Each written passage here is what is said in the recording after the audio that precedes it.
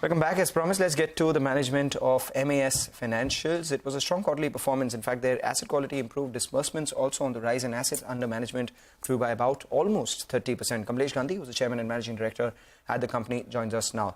Mr. Gandhi, thank you for joining in. I remember a conversation we had a couple of quarters ago where you said 20 to 25% growth in your AUM is a number that you're looking to sustain.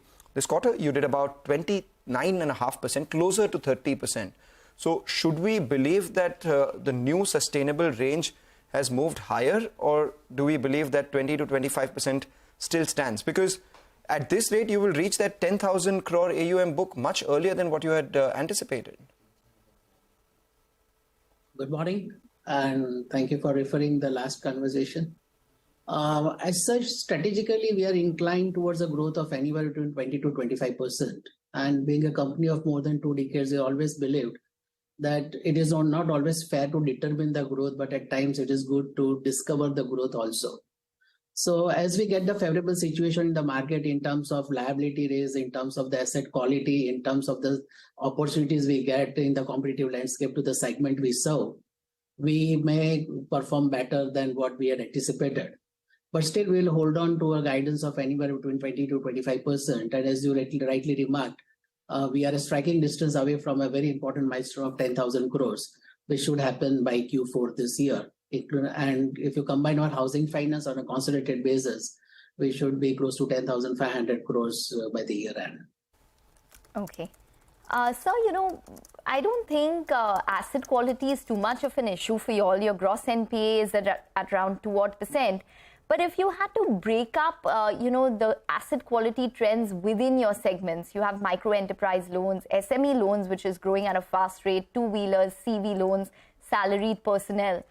As of now, where do you probably see any kind of chinks in the armor when it comes to asset quality within these segments? And what are you guiding for in FY24? See, on a AUM basis, if you see our performance over all these years, we have demonstrated our capabilities to maintain a good quality of assets. And going forward also, we would like to give the guidance of a net stage 3 assets of anywhere close to 2% or less than that. And within the various categories of the asset, since we are an old-time financer to the MSME and SME segment, and being the niche player, we are in a position to maintain the asset quality in a more pristine manner in those products as compared to the other products we serve. But nevertheless, there's not been a vast difference. It might be a difference which is much manageable and does not translate into a higher NPAs or higher net stage 3 assets on the AUM basis.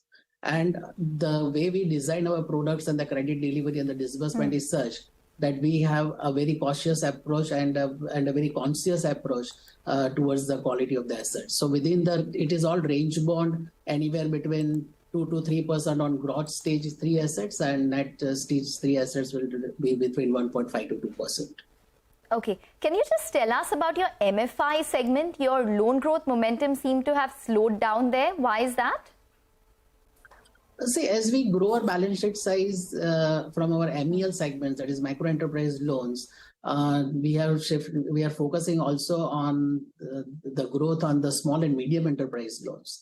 So if you see our micro enterprise loans where the ticket size is close to say around 45 to 50,000 rupees, whereas in our SME loans, the ticket size is anywhere between around 17 to 20 lakhs of rupees, is where we have started focusing upon.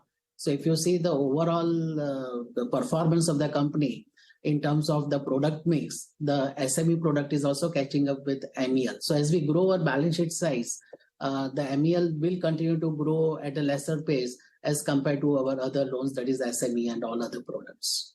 All right, let's talk about a quick few numbers then, Mr. Gandhi, and let's keep it as crisp as we can here.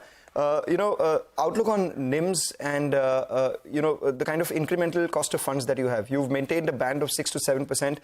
Is this sustainable in the current interest rate environment? We are confident about that. I think we all know that the last year was a very volatile year in terms of the interest rates, and even despite of that, we will be in a position to maintain that 6 to 7% of NIMs. Having said that, for NBFCs, when it is MCLR backed loans, some of the interest rate hike might transfer to this year also. but we have the time to recoup that on the pricing as far as the assets we create. And hence, we are confident that the NIMs between 6.5 to 7 will be maintained. Okay, 6.5 to 7. You said that you are reducing your dependence on NBFC partners. It had come down from 55% to 45%. Where does that number settle? That's point number one. And secondly, you're looking to increase the number of branches as well to about 225. What's the target for FY24 on that? I think by 24, we should free from our 149 branches, we should be close to around 175 to 80 branches. Once again, depending upon the opportunities we find and the business that we can source from the various new outlets that we open. But my feeling is that it will be settling anywhere at around 175 to 180 branches. And our business through our NBFC channel currently is at around 37%, which should settle anywhere around between 33 to 35% as I see as of now. Okay. Just leave us with some broader guidance, because, you know, your assets under management over the past many quarters has grown maybe over 100 quarters. That's what I can see in your presentation. There's been a growth of around 36% CAGR. Even your profit after tax is around 40% CAGR. Considering the pace of growth that you've seen, what can you guide for going forward? What is a sustainable growth rate, say, for the next 2 years for the company on a CAGR basis, considering the rapid pace that you've already seen, and hence you would probably be sitting on a base as well? All right.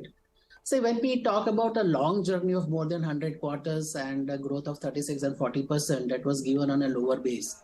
So now with close to a 10,000 crore base, what we envisage that next 3 years, we should see the growth rate. Once again, I'll repeat the same. Anywhere between 20 to 25% is given. And we are very strong enablers as far as the liability is concerned, capital adequacy is concerned, and the asset whom we serve, the asset class whom we serve, gives us a sufficient opportunity for us to grow at that pace. So a growth rate of anywhere between 20 to 25% in coming 3 years is very evident and distinct.